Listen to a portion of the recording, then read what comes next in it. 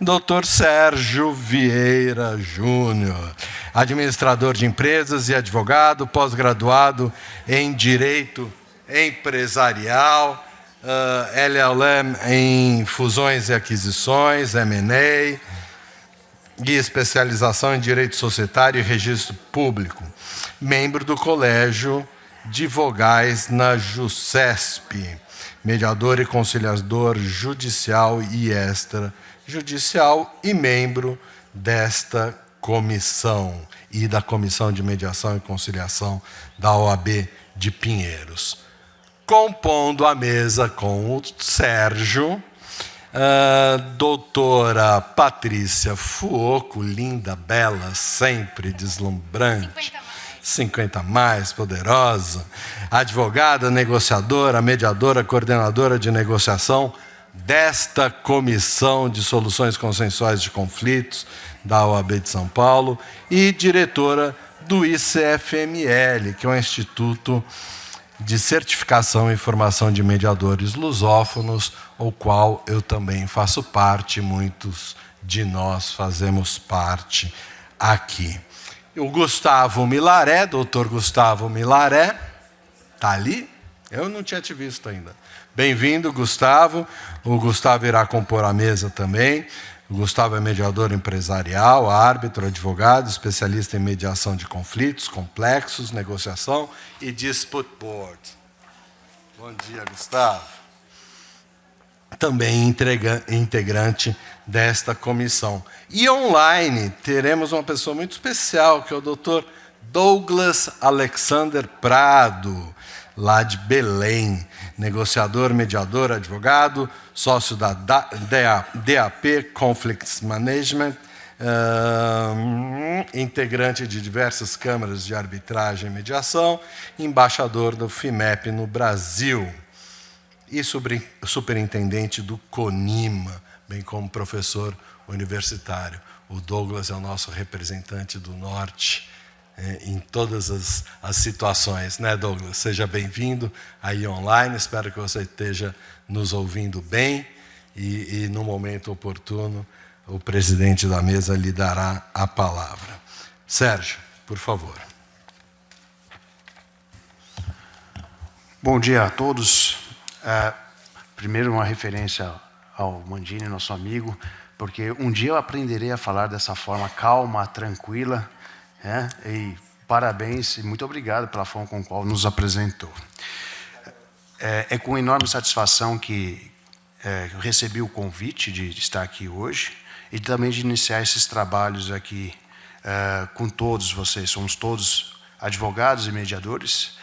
Claro que tem alguns que são só mediadores, mas isso não desvaloriza, muito pelo contrário, nos potencializa no sentido de que a mediação é abrangente e demonstra isso. Hoje nós vamos falar de um tema de enorme relevância, que foi inclusive abordado de uma forma sutil no painel anterior, que é a remuneração nos meios consensuais, também conhecido como métodos autocompositivos. Nós não iremos falar aqui sobre a remuneração do mediador em si, e sim do advogado, como dito pelas doutoras que me antecederam aqui, aquele advogado que faz o trabalho pesado, aquele advogado que é importante, e é dessa remuneração que nós vamos falar. Não sem antes eu fazer de forma inclusiva a minha autodescrição. Eu sou um homem de pele branca ou clara, tenho meus 50 anos, cabelos já mais grisalhos para branco do que grisalhos para preto, estou perdendo a minha juventude. Eu estou gastando muito dinheiro com cabeleireiro, salão de beleza, para deixar ele nesse tom. Estou vestindo um terno azul, uma camisa branca, uma gravata vermelha com símbolos meio amarelados, porque a gente vai falar de dinheiro, então já coloquei as barras de ouros aqui. Tenho de altura 1,72 m, gostaria de ter mais, mas não foi o que eu consegui chegar. E vou falar um pouco sem o microfone para as pessoas me localizarem no local. Estou do lado esquerdo da Patrícia e do lado direito da Patrícia está o Gustavo. Como já foram feitas as leituras do currículo, eu vou pular essa parte que até Zé Mangini é um craque nisso. Fica aqui também já o meu convite antecipado para por volta das 14h30, né, o lançamento do livro, que, de certa forma, é o encerramento do nosso congresso, da qual também agradeço o convite por me permitir escrever umas palavras e ainda ser publicado. Então, aproveitem que pode ser o último. Voltando ao nosso tema principal, algo que merece a nossa atenção de uma forma muito especial, até porque a mediação, a conciliação, ela já não é mais o futuro, ela já é o presente, ela é uma realidade. E essa realidade desses métodos autocompositivos, ela tende muito a crescer, muito a saltar.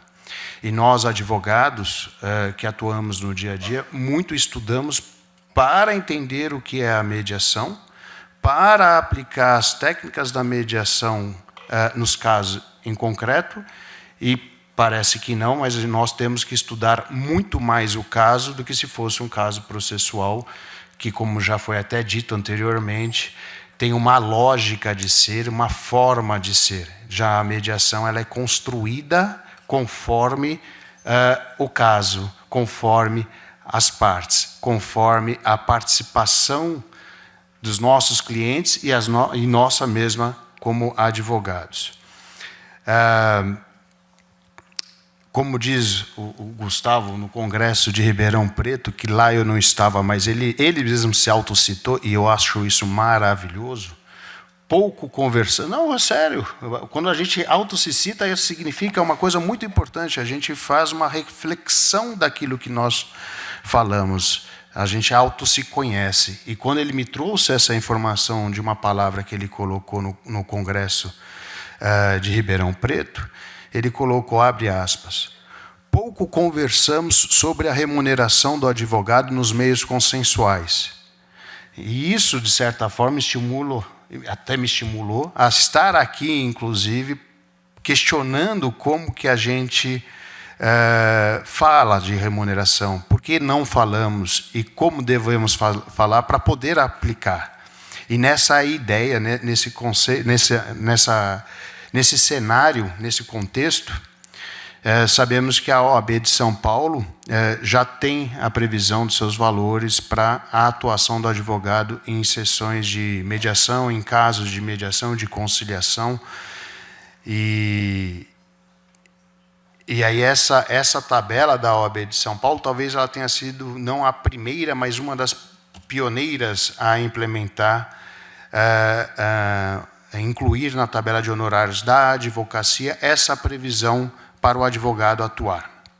Não que isso chancele a atividade, mas isso traz um reconhecimento para a atividade daquele advogado que trabalha e atua nas sessões de mediação.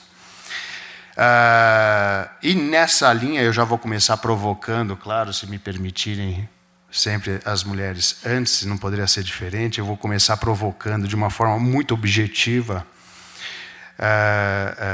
se a gente pode colocar desta forma a objetividade, né, Patrícia, na questão da tabela da OAB. A tabela da OAB ela é um bom balizador para nós aplicarmos nossos honorários, calcularmos nossos honorários. Ela tem uma base boa para a gente colocar no nosso dia a dia. Patrícia, seja bem-vinda.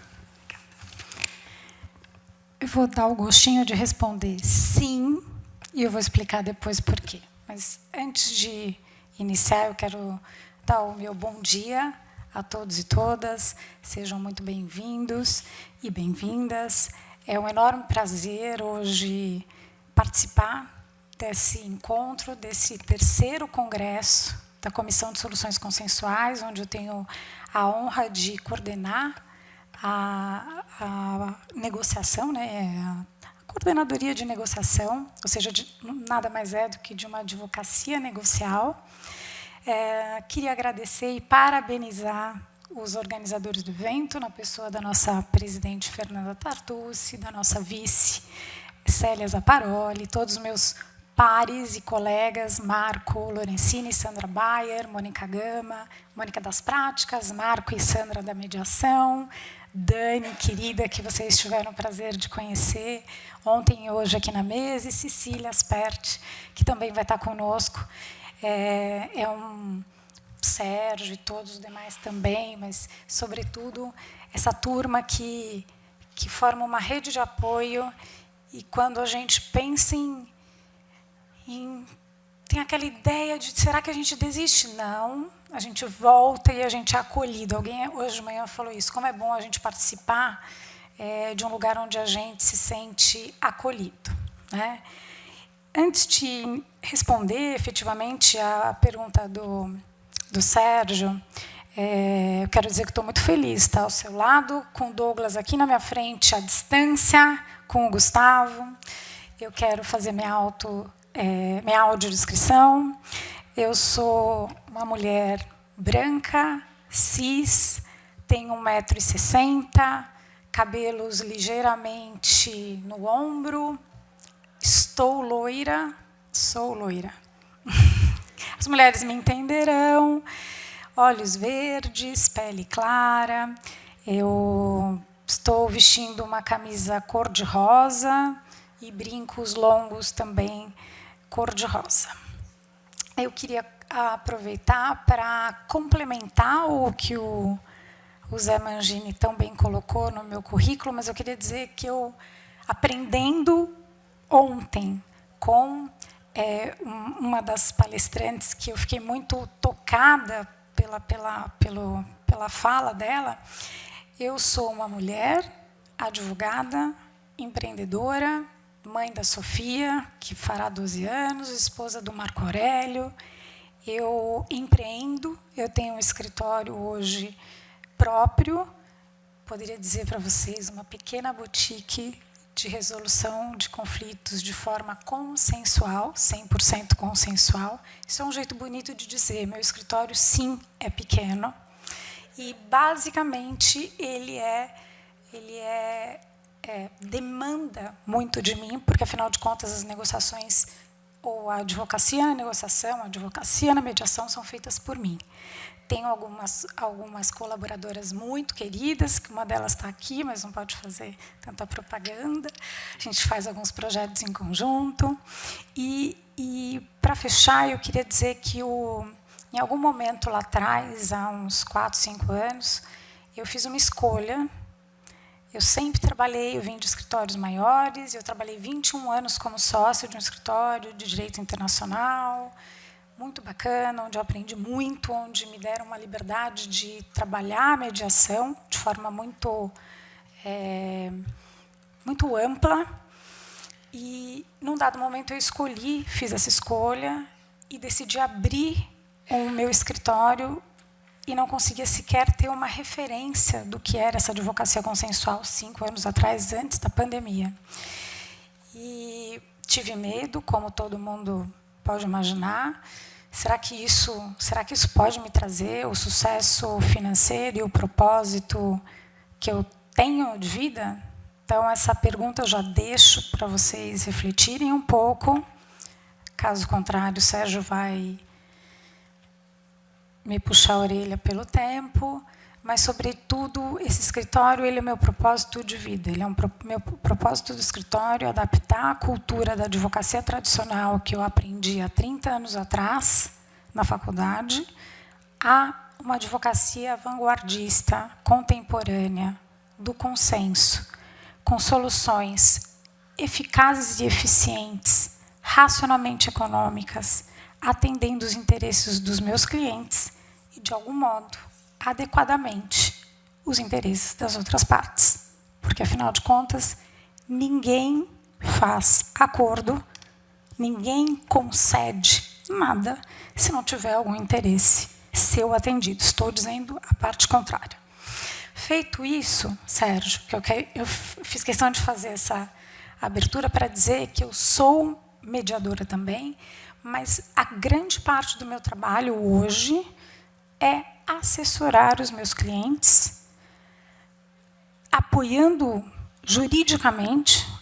O direito ele é uma fronteira para essa advocacia consensual. Ele não é a única saída, a única fonte, mas ele me dá a fronteira, porque eu preciso ter esses boundaries, eu preciso ter esses limites, eu não posso fazer nada além ou ilegal, porque não para de pé. Mas, sobretudo, essa advocacia ela traz um olhar para o interesse do cliente, para o que deseja, para comunicar e conhecer o cliente. E ontem, na fala da professora, eu não quero errar o nome dela, ela falava sobre conexão, confiança, compartilhamento e cocriação. Professora Gisele, né? Foi incrível. Eu faço isso com o cliente. Então, e depois contraparte, e assim vai. Então, eu sou uma advogada consensual de propósito, nata. Vocês podem chamar do que vocês quiserem. Advogada extrajudicial, advogada de resultado, advogada negocial, consensual, advogada na mediação, advogada na negociação. Escolha de vocês. Esse é o ponto da vanguarda. Você não tem referência. Graças aos últimos anos, eu não gosto de dizer graças à pandemia, mas a pandemia nos desafiou a entender que existem outras formas de fazer tudo aquilo que a gente fazia. E existe outra forma, que é se advogar consensualmente. Respondendo à pergunta do Sérgio, para passar para o Gustavo e para o Douglas, e não ficar só para mim, sim, a tabela é uma referência.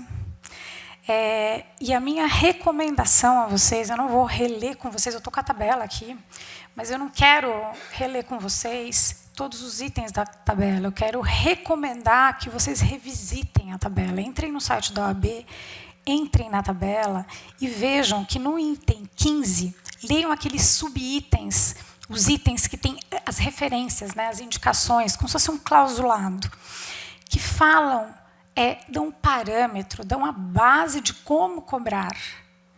Depois vem a tabela, com referências e valores. Mas essa tabela, no item 15, ela diz... Primeiro, ela diz que a realização de acordo entre as partes litigantes não implica a redução do valor dos honorários contratados. Então, para aqueles que advogam também no contencioso, não esqueçam de separar o que é advocacia na negociação, no contrato de honorários de vocês, e o que é advocacia, seja no contencioso administrativo, arbitral, judicial. Utilizem todas as ferramentas, o arsenal potente que esta casa e esta instituição nos dá, a OAB. Usem o estatuto, usem nosso código de ética, usem a tabela, usem as diretrizes, as conversas, os encontros que esta Comissão de Soluções Consensuais promove. Usem para conhecer e para entender como é que a gente pode trabalhar e ser remunerado efetivamente e, sim, com sucesso. Ninguém quer ser remunerado sem sucesso. Sucesso financeiro, para cada um de vocês, é subjetivo. Não é necessariamente ter um ótimo cliente. O que é ter um ótimo cliente? É dentro do mercado da gente. É dentro do nosso ego também, né?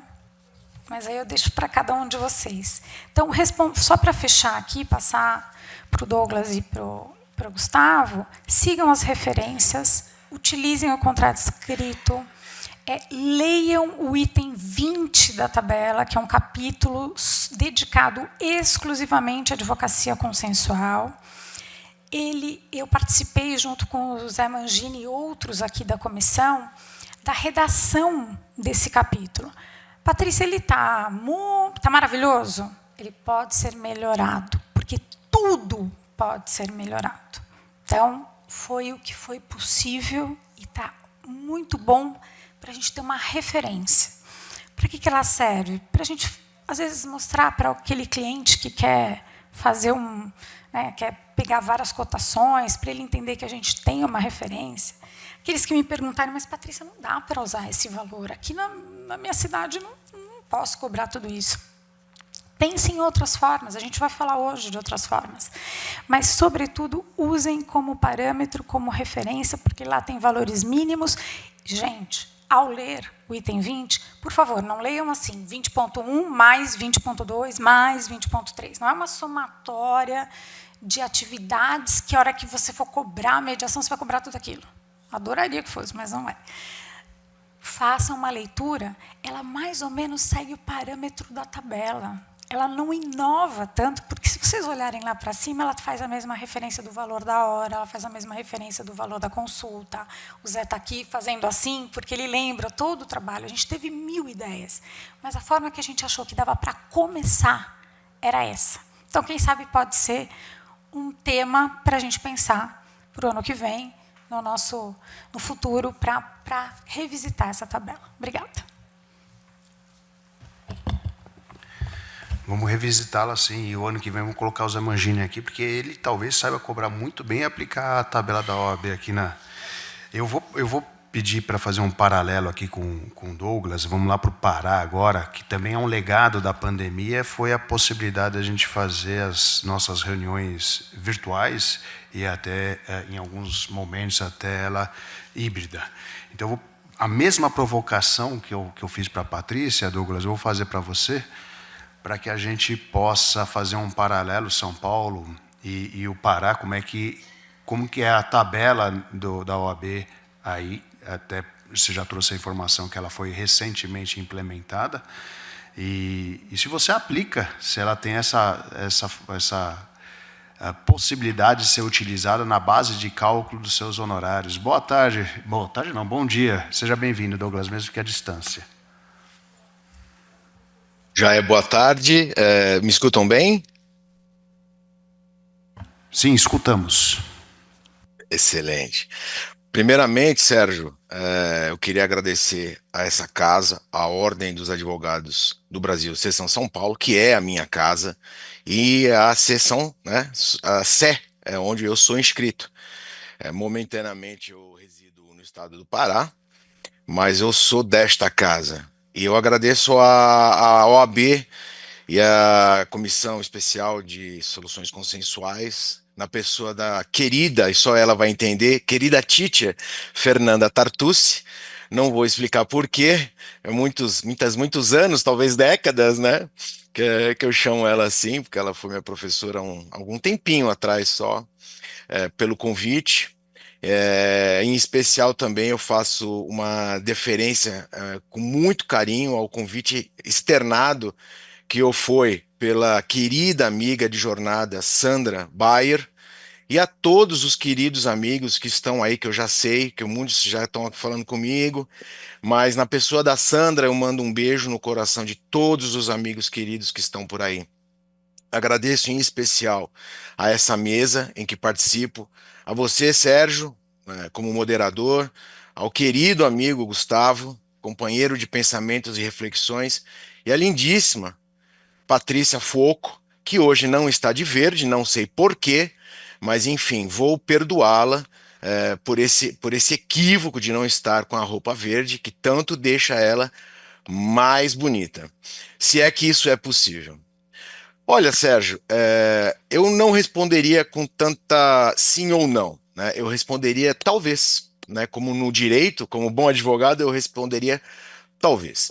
A questão dos honorários advocatícios, com base nos meios consensuais, ou os métodos autocompositivos, ou o nome que vocês queiram dar, em especial a mediação, conciliação, negociação, IDB, Dispute Boards, passou a vigorar na tabela da Ordem dos Advogados, Seção Pará, agora em julho. A gente não tinha esta previsão. Então, eu não sei nem como te dizer se a gente ainda vai usar isso como um balizador. Eu falo talvez porque a gente não pode balizar, às vezes, valores, né, como um único ponto de vista, né? Evidentemente que um deadline, né? É um ponto que você talvez não possa, digamos assim, cobrar menos, mas o que é visto é que muitos colegas, principalmente na região norte, que é uma região mais, digamos assim, se é que eu posso dizer, pobre do Brasil, né? Cobram muito a menos do que isso para trabalhar. Na tabela da OAB Pará, foi criado a questão da remuneração, a questão do balizamento dos valores, única e exclusivamente para procedimentos extrajudiciais ou privados. Não se fala nos procedimentos judiciais. O que a gente vê é que quando o advogado está com o seu cliente em um procedimento, como a própria Fernanda Tartucci estava falando no final, no fechamento do último painel, que antecedeu o nosso, Sejusc, essa coisa toda, acabam cobrando, ou não cobram, ou se cobram o valor de audiência, né, o valor de acompanhamento em audiência. Na questão da mediação privada, né, conciliação, negociação ou coisa que o valha, ainda não temos como dizer uma referência, porque, primeiro, as câmaras que a gente tem aqui não são em grande quantidade, quase que inexistentes, e nós não sabemos, eu não acompanhei nenhum procedimento ainda em alguma câmara aqui no estado do Pará, né? É, eu acabo atuando na seara da mediação e da arbitragem e da negociação também fora do estado, ou aí na minha casa de origem São Paulo, ou alguns outros estados, Brasília, Paraná, alguma coisa desse tipo, né? Outros estados, outras regiões. Como você disse, o fator virtual, o fator da tecnologia, impulsionado pela pandemia de 2019 e 2020, potencializou a gente utilizar. Então, assim, este também é um outro ponto que a gente deve levar em consideração, né? Você está fazendo qual o procedimento, presencial ou virtual? Esta tabela é para qualquer tipo de procedimento? Esses valores balizadores é para um procedimento onde você vai estar, vai se deslocar, ou um procedimento eminentemente virtual?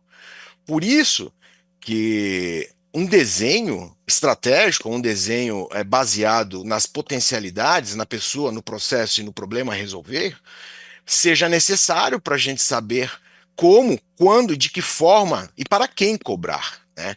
Patrícia já deu a introdução nesse ponto, mas concordo com a querida Patrícia que tem que ser um tipo de fator, tem que ser um tipo de balizador, né, de a gente pensar, né, quando cobrar. Para quem está em início de carreira na advocacia, os novos advogados, é importante você ter numa tabela de ordem valores que possam te dar uma ideia o que fazer. Por exemplo, ainda atualizei a tabela para o Gustavo, que faz um excelente trabalho sobre essa coleta de dados Brasil sobre esses valores. Nós temos aqui um procedimento na tabela da Ordem do Pará, o valor é R$ 1.700 ou 10% do valor.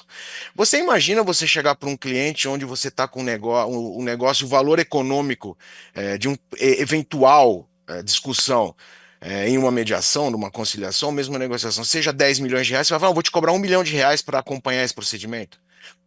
Pode ser que seja bom, pode ser que seja pouco, ou pode ser que seja uma coisa estratosférica, que o cara vai dar risada na sua cara e falar assim, não, você tá maluco, né?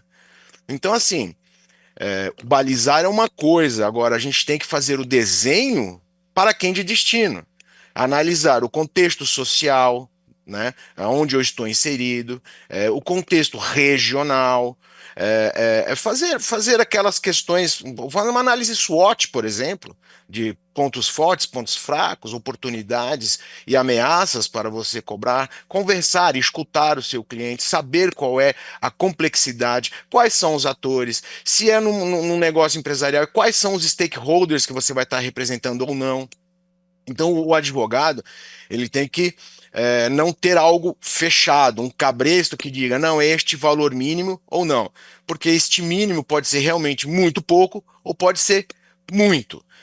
Mas respondendo a sua pergunta diretamente agora, Sérgio, como eu já respondi, só reafirmando, eu não tive ainda experiência de atuação no estado do Pará em um procedimento como advogado, na arbitragem ou na mediação em câmaras privadas.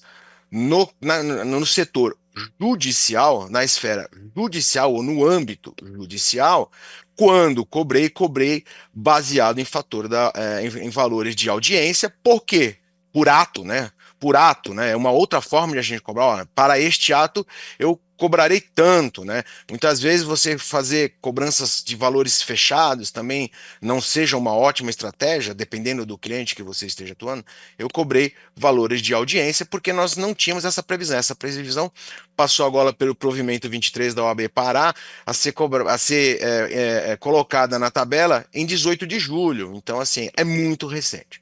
Mas não sei se respondi sua pergunta, eu acho que mais deixei dúvidas, mas muito mais pensando não só na advocacia já atuante, como na nova advocacia, como na advocacia já atuante há muito tempo, porque para a gente ter os valores como balizas, como marcadores, mas um pouco mais do que isso, né? A gente fala sempre em estratégia, o advogado é um desenhador de soluções, o advogado tem que ser um desenhador também, quando no seu critério de cobrança de honorários, né? A gente tem que ser também perspicaz, temos que escutar e temos que perceber os nossos clientes para saber em que contexto eles estão, para saber, porque muitas vezes, como eu disse e repito, pode ser muito, como também pode ser pouco. Devolvo a você, Sérgio. Um grande abraço.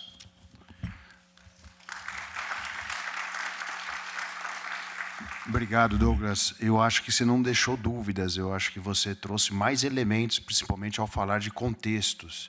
Contexto social, contexto regional, eu diria até contexto pessoal, na esfera profissional de cada um de nós, que cada um sabe muito bem o sacrifício e o investimento que foi feito em si próprio para ali estar e ali poder atuar com maestria. E nesse contexto, Gustavo, eu vou te trazer uma pergunta, mas não antes sem deixar claro que depois essa questão do presencial e do virtual, que o Douglas também trouxe, também cabe uma reflexão, né? Se é passível ou não cobrar um pouco mais quando é pessoal, ou um pouco menos quando é virtual, ou algo ao contrário nesse sentido. Mas eu vou trazer o Gustavo agora para essa discussão aqui, de uma forma mais prática, né? Até porque o Gustavo ele tem, dentro da comissão de mediação aqui da casa, a jornada de desenvolver o grupo de trabalho da remuneração do advogado nos casos. Então, ele tem um conhecimento um pouco mais amplo, ele está uma página avançada nesse livro nosso aqui, está em vantagem, ele é o Dick Vigarista, vamos assim dizer, no bom sentido, por isso que ele está ganhando mais do que nós. E nesse sentido, Gustavo, me permita... como que você calcula de fato os seus honorários? Como é que você cobra os seus milhões? Porque, diferentemente do que o Douglas disse, não importa o valor da causa, eu sei que você cobra no mínimo 1 milhão, nem que seja a espiga. Gustavo, você está com a palavra. Boa tarde. Bem-vindo.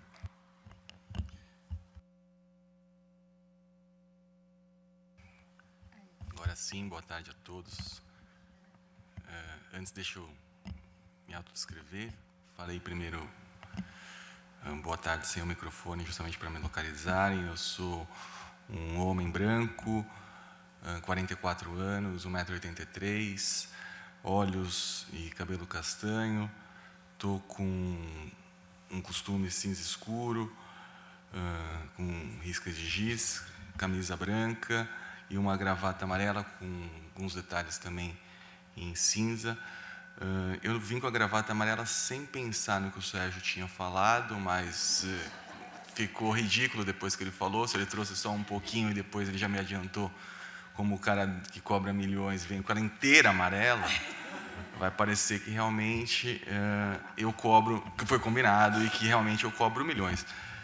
E que cobrar milhões também, qualquer um pode cobrar. O que você precisa é que tenha do outro lado alguém que te pague.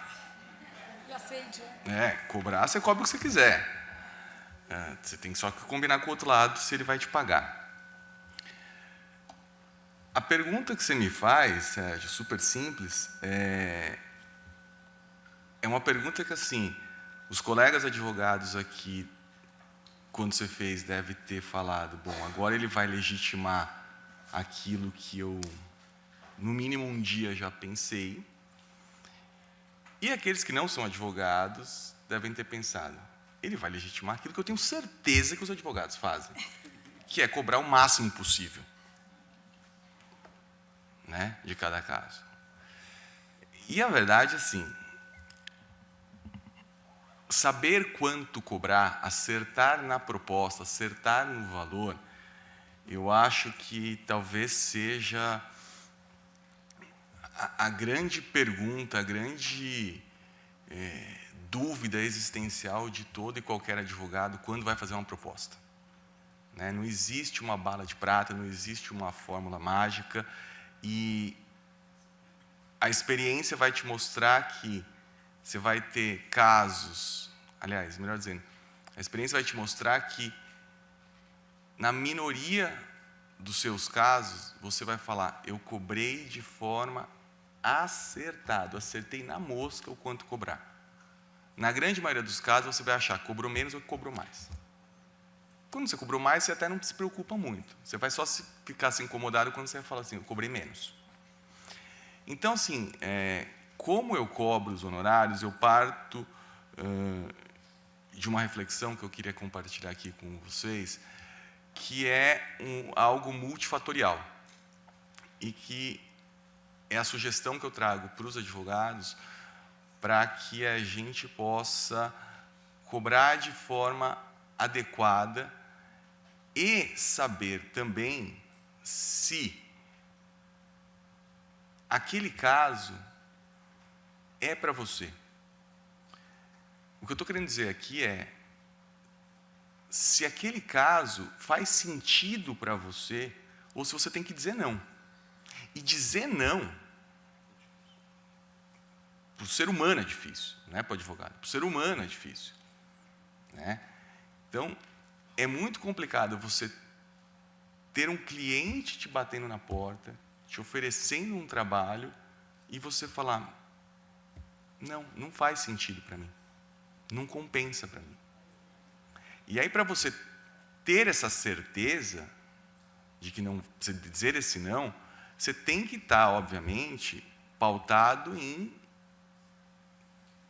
fatores que eu coloco aqui, de modo geral, objetivos. Então, um primeiro ponto que eu coloco como sugestão é que precisa o advogado que ainda não faz isso, e aquele que faz, estar sempre acompanhando esses registros.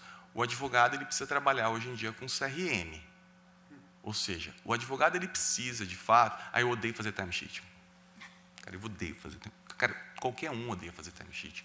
Eu nunca encontrei uma pessoa que falasse, eu adoro fazer timesheet. Timesheet é demais. Adoro debitar. Nossa, você adora receber aquilo que você debita. Fazer o débito ninguém gosta. Mas você precisa ter um registro. Tá? Você precisa registrar aquilo que você faz. Nesse caso aqui, nessa negociação que a Patrícia me contratou, quanto eu gastei? E aí você tem que registrar. E aí a forma como você vai registrar é sua. Você pode fazer num papel de pão, você pode ter um mega app de CRM, isso aí é um software XPTO, isso aí é com você, mas só faça o registro, que é, eu falei com a Patrícia X tempo no telefone, eu falei com outra parte, eu mandei um e-mail, eu fiz isso, eu fiz esse documento, tudo você vai registrando, para você começar a ter um histórico nos casos de quanto que você gasta. Não dá para o cliente chegar para você e falar assim, olha, Gustavo, eu quero te contratar para negociar, e você fala assim, não, é X% do caso. Porque tem caso que vai ser muito, como o Douglas colocou, e tem caso que você vai ficar muito atrás. Tá? Então, assim, você tem que ter Bom, para um caso desse, em geral, quando você debita tudo certinho lá, você vai falar assim, olha, em geral, numa negociação, por exemplo, sobre uma questão societária, uma saída de um sócio, isso, aquilo, costuma-se gastar X horas. Tá bom, então você já tem um parâmetro. O outro parâmetro é, qual é o valor dessa tua hora? E aí, esse valor dessa tua hora, o Douglas trouxe uma questão que é, depende do cenário onde você está, depende da pessoa que você é, da sua qualificação e, principalmente, de como o mercado te enxerga. Porque, e aqui vocês vão, né, identificar, tem muita gente que pode ser pontos de miranda, mas que o mercado não enxerga ele como pontos de miranda e não paga ele como pontos de miranda. E tem outros que pensam que são pontos de miranda, não entrega nem um zilionésimo que pontos de miranda, mas o mercado acredita que ele é pontos de miranda. E pagam para ele. E pagam. Então, assim, você precisa saber onde você está nesse mercado. Você precisa, óbvio, se dar um valor. E aí vem um terceiro ponto. Você precisa conversar dentro da sua região, dentro dos seus mercados, dentro dos seus colegas, para saber o que é razoável. Tabela da ordem, como já foi colocado, serve como um parâmetro mínimo, mas você vai ter que conversar com seus colegas, e aí aquela frase que eu trouxe para você na nossa preparação, que a gente, advogado, não costuma conversar com o outro. Você conversa de tudo, mas eu não pergunto para você, no teu escritório você cobra quanto a tua hora? Está faturando quanto? Você está faturando? Faturando, tem que... É mais questão, quanto é a tua hora? A tua hora, ela muda se for consensual, se não for consensual? Como é que você cobra? O que tem funcionado no teu escritório? A gente não fala disso. Você quer uma dificuldade? Monta um negócio. A Patrícia falou que montou dela. Eu já montei o meu por 2 vezes. Nossa segunda empreitada. Bom, montei um negócio, ele é pequeno. O pequeno que é aí, então, que não quer conversar mesmo, né? Porque aí ela vai roubar a minha hora. Roubar a hora. De novo, quem paga a tua hora é outra pessoa, não é a Patrícia, não sou eu. É o cliente. Esse que paga. Não, porque eu fiz o número ali cabalístico. Esse número é muito bom. Porque eu fui lá na numerologia, esse número é bom para mim, ela vai roubar o meu número. Tá? Conversa, sim. Aí que você vai fazer o quê? Você começa a mandar para os seus colegas advogados, começa a vir escritório, e começa a vir os valores. Aí você pega lá o valor de escritório, né? Por exemplo, aqui em São Paulo, escritório de 1.000 pessoas, de 1.500 pessoas, escritório de 300 pessoas, e aí começa lá, não, agora tem uma boutique, essa boutique é de 30, só que é uma boutique na Faria Lima, com os caras que saíram de um mega escritório, mega top, os caras já estão ali faturando quase tantos milhões quanto eu cobro, e aí, bom, uma hora dele é tanto. O mercado, de novo, enxerga que eles valem aquilo. Ele tem uma conta para pagar e o mercado paga. Ou seja, ele tem cliente que paga aquilo. Mas eu sou muito melhor que aquele fulano. Porra, eu já estudei em muito lugar melhor que o cara. Eu fiquei na frente dele na faculdade. Entrei na frente dele na faculdade, eu já comecei melhor que ele. Cara, eu não tenho um cliente que me paga. Então, assim, em que mercado que você está? Eu vou lá visitar o Douglas... E, quer saber? Gostei, vou ficar um pouco lá. Cara, em São Paulo me pagam isso aqui. Agora eu estou lá, vamos pagar isso. Não adianta. O mercado lá não paga isso. Né? De novo, eu posso cobrar os milhões. Se eu não tiver o cliente que me paga milhões, não funciona. Eu não vou ter cliente, não chego a lugar nenhum. De novo, posso ser pontos de miranda. Se o mercado não acredita que eu sou pontos de miranda, não vai ter. Então, assim, tem que ter dados objetivos. Tem que saber como que você está inserido no mercado, qual a tua qualificação.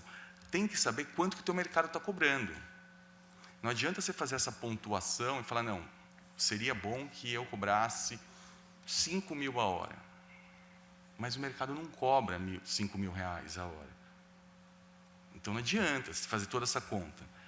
Eu preciso ter dado objetivo ainda do meu negócio. Eu fiz aqui uma brincadeira, olha, tem um fulano que entrou na faculdade comigo, ele tem um mega escritório lá na Faria Lima, mas ele tem uma conta também para pagar. Aquela hora que ele recebe não é líquida no bolso dele. A Patrícia deu um exemplo, olha, ela montou um negócio, escritório pequeno. Como tudo na vida tem seus prós e seus contras. Um dos prós de um escritório pequeno é que teu custo é pequeno, como teu escritório. Então, assim, você consegue, entre aspas, ter uma margem de lucro, talvez na hora, muito maior do que aquele que tem um mega escritório, que tem um Titanic para pagar. Então, você tem esses outros dados. Preciso falar uma coisa só, mas trabalho de madrugada. Talvez eles também trabalhem até mais que a gente, enfim. Mas aí é por opção de vida. Adicional noturno. E aí tem uma outra questão que é, feito todas essas suas métricas, você precisa também entender, então, como o mercado cobra, como são seus custos, quanto que de fato você gasta ali de tempo usualmente. Você precisa também entender de que forma aquele caso que está vindo para você, número 1, o cliente te enxerga, e número 2, o cliente quer que você cobre. Porque não adianta você fazer toda uma estratégia e falar, não, agora eu assisti lá o Gustavo, então eu fiz aqui todas as minhas contas, e agora eu vou cobrar, então, por hora.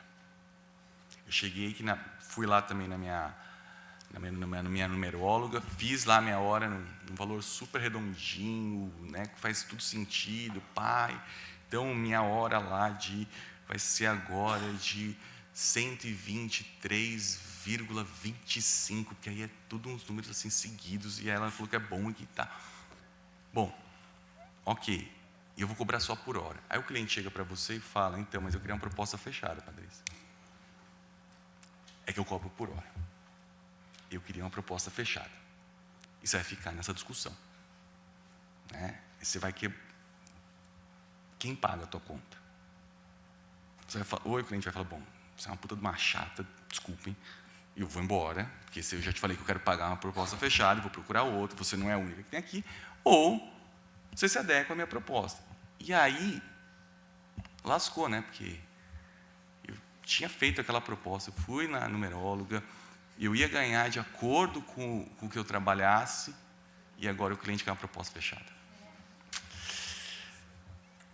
E aí eu vejo que lá no meu caso, eu costumo gastar 20 mil reais.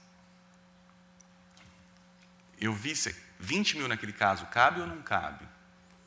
Pode ser um caso que você fala, não cabe, pode ser um caso que você fala, puta, cabe muito. Mas cabe assim, vai. 20 mil vai sair troco para ele. Ele te paga mais que isso? E aí você tem que ir de novo, verificar dentro desse cliente e dentro o que ele te espera, outras propostas. Criatividade nunca foi um problema para o advogado. Forma que você pode cobrar. Todas aquelas que você está acostumado a cobrar e que você cobra para as questões tradicionais, práticas que você faz no mercado. Então, eu vou cobrar fixo, eu vou cobrar por hora, eu vou cobrar por êxito, eu vou fazer um combinado disso.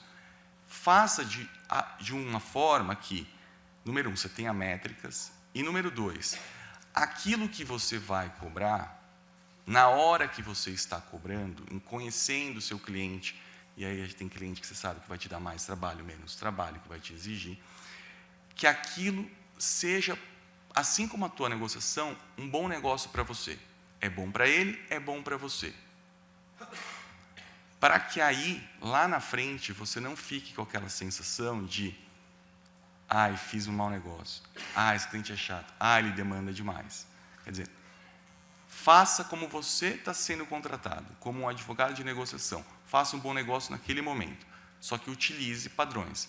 Porque também se você chegar desde o começo e entender que, olha, não é legal pegar esse cara, esse cliente, essa empresa, porque ela é chata, porque ela demanda muito, porque vai me dar mais trabalho do que resultado, ou esse trabalho, ainda que isso aconteça, é um investimento que não vai fazer sentido, você tem que virar e falar, não, posso te indicar uma outra pessoa, mas para mim isso não funciona. Respondi? Respondeu muito e me colocou com uma situação aqui agora de como lidar com tantas informações e possibilidades. Ou seja, da mesma forma que a gente começou, a gente vai terminar praticamente. Tudo é possível, depende de quem vai pagar a conta. O pagar a conta é sempre o que fecha, de certa forma, o nosso preço, porque também, como o Douglas colocou, como você muito bem colocou, e a Patrícia também iniciou, não adianta a gente cobrar 1 milhão como você, se a gente não tem os clientes que você tem que paguem o seu 1 milhão. A Patrícia queria complementar, Patrícia? Eu acho que eles não estão sabendo o meu contato, viu, Sérgio? Depois você precisa passar para eles. Porque não está pingando na conta. Eu queria tentar contribuir um pouco na nossa conversa. A gente fez uma conversa prévia e começamos a conversa dizendo, não, todo mundo aqui cobra muito parecido. Chegamos à conclusão que não necessariamente. Todo mundo tem os mesmos parâmetros, mas nem sempre a gente cobra de modo igual. Então, o Gustavo falou muito bem. Ele falou, você tem tabela você tem hora por hora, você tem fixo, você pode cobrar êxito. No ano passado, inclusive, você estava num painel sobre isso e você falou muito sobre isso, sobre o êxito, que, na sua opinião, inclusive, poderia e deveria ser até maior que um êxito de uma ação judicial. Afinal de contas, está encurtando para o cliente a resolução. Mas vamos deixar isso para depois, para não criar mais uma polêmica. Eu trouxe, eu conversando com vocês... Agora eu preciso, só para me justificar. A minha colocação, e eu continuo defendendo isso, que o êxito tem que ser maior. Se você vai fazer um êxito, você pode escolher fazer um êxito fixo. Uma opção sua, como advogado. Agora, se você vai fazer um êxito diferente, ele, ao meu ver, ele tem que ser decrescente. Porque êxito é um prêmio pela resolução do negócio, pela resolução do conflito. E não um prêmio pela quantidade de trabalho, pelo tamanho do trabalho. Não dá para você cobrar 5%, se eu resolver em 2 meses, você recebe 5%, se levar 10 anos, você ganha 20%. Gustavo, você está... Foi perfeita a tua colocação. Eu acho que meu comentário foi polêmica no sentido de que o cliente, às vezes, não tem esse olhar, né? Eu fiz um exercício ontem, mas não vai dar tempo de contar para vocês. Eu perguntei para um cliente de muito tempo como ele gostaria de ser cobrado. Juro. Se der tempo, eu leio. Vai ser interessante. Eu falei, posso divulgar sem falar o nome? E não usarei contra você no futuro. Mas vamos lá. Queria só contribuir de uma forma. Vou contar um pouquinho só como eu faço. O meu escritório... Não, estou vendo tempo. Tá. Meu escritório é 100% consensual, então eu não tenho essa tabela, não vou decrescer. Tá? Eu tenho um hábito de fazer o seguinte, faço uma primeira entrevista com o cliente, uma conversa, pego o histórico do caso para eu entender aonde eu estou, quem são as partes, e geralmente eu utilizo técnicas de mediação, negociação, para entender os interesses do cliente, da outra parte, o que motiva. Nem sempre aquilo que ele te traz, eu repito isso sempre, nem sempre aquilo que ele te traz, o desejo que ele expõe ali naquela reunião é exatamente o que ele quer. Né? Tem questões emocionais, racionais, enfim. Mas eu faço essa primeira entrevista antes de fazer a proposta de trabalho.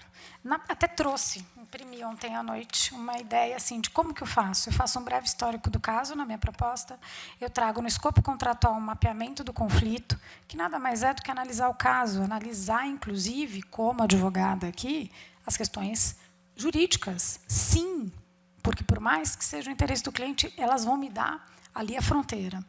Nesse mapeamento, eu, como já tenho um histórico lá, tenho o meu Excel com todos os track records, ou seja, com todos os casos que eu já atuei, preservando a confidencialidade do cliente, mas dizendo quem é a empresa, quem é parte, qual é o preço, qual foi a minha melhor contribuição. Isso é uma organização minha, de ter isso para saber. E é um Excel que eu acabo filtrando por área, por segmento de negócio, por matéria. E isso vai me dando uma melhor conversa com o cliente na hora que eu tenho que negociar minha proposta de honorários com ele. Porque eu digo, olha, eu entendo do teu sistema, eu falo o vocabulário do teu sistema, eu já tive negociações na área societária, tantas assim, eu já negociei na área do sistema... Quem trabalha com sistemista, a área automotiva, sabe o vocabulário daquele sistema. Então, isso vai gerando no cliente uma confiança, né? Então, eu chamo de mapeamento do conflito, analiso documentos. Às vezes, quando me chamam, geralmente a porta da conversa já foi fechada. Então, ele já está nas notificações, já não consegue conversar com outro lado, me chama para negociar, mas o conflito já escalou, né? E aí eu faço essa entrevista, faço um mapeamento do conflito. Minha experiência me diz que eu não consigo fazer esse mapeamento em menos de 10 horas, se o caso é minimamente complexo, leia-se uma rescisão de um contrato de fornecimento, de distribuição, de censo de sócio. Não dá para fazer. Já fiz renovatória de aluguel em menos de 10? Claro que dá, mais fácil. Mas tem interesses importantes. Às vezes, a mudança do ponto para aquele cliente é algo que não tem preço, né? Depois, eu ponho um outro item, que é qual é uma etapa que eu chamo de negociação ou de advocacia na mediação, depende de onde eu estou, se eu estou numa mediação, se eu estou numa negociação. E, muitas vezes, eu esclareço para o cliente que essa etapa ela corre concomitantemente à outra. Não dá para ficar esperando eu analisar o caso, fazer entrevista com uma agente da empresa, ou com o cliente, com uma empresa familiar, tal, para depois falar com o advogado da outra parte. Porque, enquanto isso, ele já acionou ou já usou alguma cláusula, se ele tiver, eventualmente, contrato. E põe uma etapa final, de conclusão, que eu vou elaborar aquele documento, vou revisar aquele documento, vou analisar aquele documento, vou recomendar sugestões, digo tudo que não está na minha proposta. Por exemplo, todo o impacto fiscal, eu trabalho com tributarista. Eu não atuo onde eu não conheço. Eu posso até ter uma noção do que funciona, do que não funciona, mas isso, parte contábil também, quando envolve solução societária, cálculos. E eu uso isso. Casos difíceis, precificar é muito difícil. Às vezes, eu tenho mais dificuldade de fazer a proposta e precificar do que analisar o caso, que está mais claro. Utilizo também um pouco dos parâmetros da nossa tabela. Eu gosto de usar... Eu peguei uma cola de uma proposta que eu fiz, que eu dizia assim para o cliente, que o valor proposto acima tem alguns critérios objetivos, tem algumas considerações. O volume e a complexidade do trabalho, a relevância e a urgência das questões daquele cliente que fala com você todo dia, o caráter da intervenção e dedicação como sócia ou da equipe. Negociar, geralmente, sou eu. Experiência em casos análogos. Quem advoga em determinadas áreas, é muito interessante que eu conheça aquele vocabulário do sistema. A existência ou ausência de um success fee, de um valor de honorários de êxito, né? E os parâmetros da tabela. Eu comecei a usar isso muito recente. O que eu estou trazendo para vocês é de alguém que já errou muito em proposta e continua aprendendo. Então, por favor, se tiverem alguma dica, aceito. Aprendi recentemente que, quando eu cobro fixo, por exemplo, se eu for cobrar fixo, delimitar prazo. As meninas estavam conversando comigo de manhã, porque eu perguntei para elas, por um prazo. Gente, vamos combinar, nenhuma negociação sai em 15 dias, né? Se a gente vai falando de uma mediação, numa Câmara, ainda mais, né? Tudo bem, tem 30 dias. Então, eu já imagino assim, nunca menos de 30, o ideal seria 60, mas tem negociações que vão 6 meses. Esse cliente quer pagar hora para tudo isso? Não sei, mas eu posso fazer um critério mais adequado vamos dizer assim, um critério objetivo. A gente está controlando o tempo aqui. Um critério objetivo para buscar atender o cliente, e eu sempre tenho como meta, primeiro, é mais um caso que eu terei experiência. Segundo, preciso pagar contas. Adoraria não precisar ser herdeira, mas não é o caso. E terceiro, isso vai aumentando a minha experiência. Eu gosto de fazer. Eu gosto muito da frase do Cortella, que fala: o que você faria de graça que, se te pagassem, você adoraria. Foi isso que me motivou. E, para fechar, eu sempre penso assim: eu quero este cliente, quero atendê-lo de novo. Ainda se eu não fizer o melhor negócio do momento, eu sei até que, às vezes, que eu estou usando uma base que não vai ser boa. Mas eu quero que ele me indique para outros, que ele me chame de novo num outro caso. E que eu seja a resolvedora dele de problemas. Quero ser a desatadora de nós dele. É isso. Obrigado, Patrícia, pela aula, porque agora você já pode fazer o manual de como calcular. como calcular os honorários, porque aí, da forma que você está colocando, eu acho que eu consigo chegar no patamar do Gustavo. Eu só preciso realmente ir à luta aí de achar os clientes que paguem exatamente isso. Douglas, eu vou pedir desculpas, a gente tinha muito mais perguntas para... Eu vou te dar uma gravata amarela. Vai tirar. Por favor. Eu te dou uma verde, tá, Sérgio?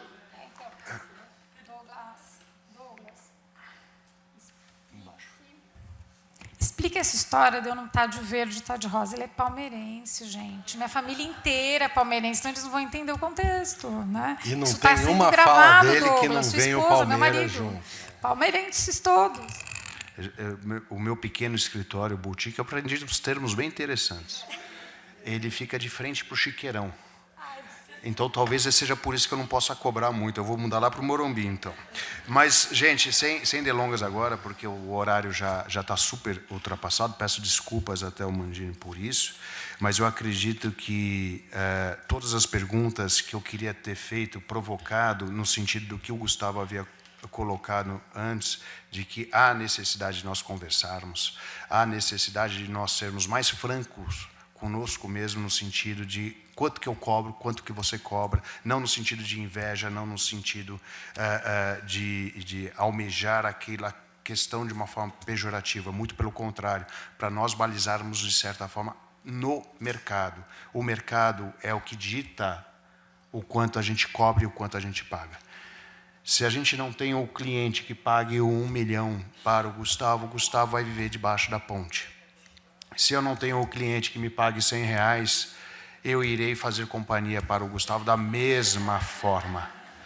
Tem uma questão da administração, já que o Mangini colocou que eu sou também administrador. No mercado, quem dita é sempre o cliente. E quando você menos espera, o seu concorrente é quem te alavanca. Eu tenho uma experiência minha particular, da época que eu ainda era empresário, não da área do direito, mas da área de outros segmentos, em que eu tinha um bar numa esquina. E esse bar ele não alavancava de jeito nenhum. Até um certo dia que vem de uma teoria de um administrador, em que ele fala que o concorrente é que faz ao seu preço, eu resolvi abrir um bar na frente do meu próprio bar. Aí deu certo. Os dois. Os dois deram certo. Então, trazendo isso para o nosso cenário, é exatamente isso. Se eu não souber o que a Patrícia cobra, como ela cobra, talvez não vá perguntar para o meu inimigo, mas para a minha amiga Patrícia, para o Gustavo, para o Zé Mangini, para vocês que estão aqui, essa conversa ela é muito benéfica. Desde que minha esposa não saiba, não estou brincando. Por favor, Sérgio, uma frase para eu terminar. 1 minuto, uma frase. Zé, diga. Não, eu só queria lembrar, na época que a gente estava falando muito sobre a tabela, que mais do que Só deixar registrado na ata que o atraso é por causa dele. A gente não tem atraso. Estou aqui, tá em pé, há 20 minutos. Bom, mais do que uma referência à tabela de qualquer seccional, ela é uma ferramenta para o advogado. A gente não pode esquecer que aqui no Estado de São Paulo são centenas de milhares de advogados em todas as circunstâncias possíveis. Né? Uma pluralidade de forma de atuar, de localização, de situações. E a tabela ela se mostra como uma ferramenta para o advogado provar para o cliente dele: estou cobrando isso porque está na tabela. Né? Então, é uma ferramenta de trabalho. Não só para provar, é uma ferramenta também, exatamente o exemplo que eu te falei. Já que a gente não conversa conosco, né, com nossos colegas, a tabela já falou para nós, ela é nossa colega. Né? É uma referência, mas é uma ferramenta de trabalho. É aquilo que eu falava do arsenal potente que essa casa tem, que a OAB tem. Que é deixar uma última mensagem assim, para vocês refletirem. A advocacia consensual, advogar consensualmente, também é advogar, né? Está aí tá dentro de todo o arcabouço legislativo nosso, como da advocacia. Mas ele não aceita essa área, como todas as outras áreas do direito, não aceita amadorismo. Todos nós aqui, quem levanta a mão quem negocia? Todo mundo negocia. Todo mundo negociou para estar aqui hoje consigo mesmo. Então, lembrem-se, estudem, dediquem-se, estudem a técnica. Advogar consensualmente, advogar na negociação ou na mediação requer muita técnica. Intuição é importante. Tem gente que negocia intuitivamente? Sim, tem muitos diretores comerciais que vão para essa área porque são muito bons.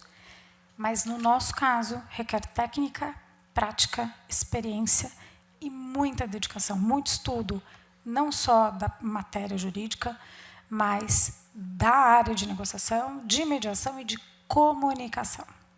Obrigada. Muito bom, pessoal.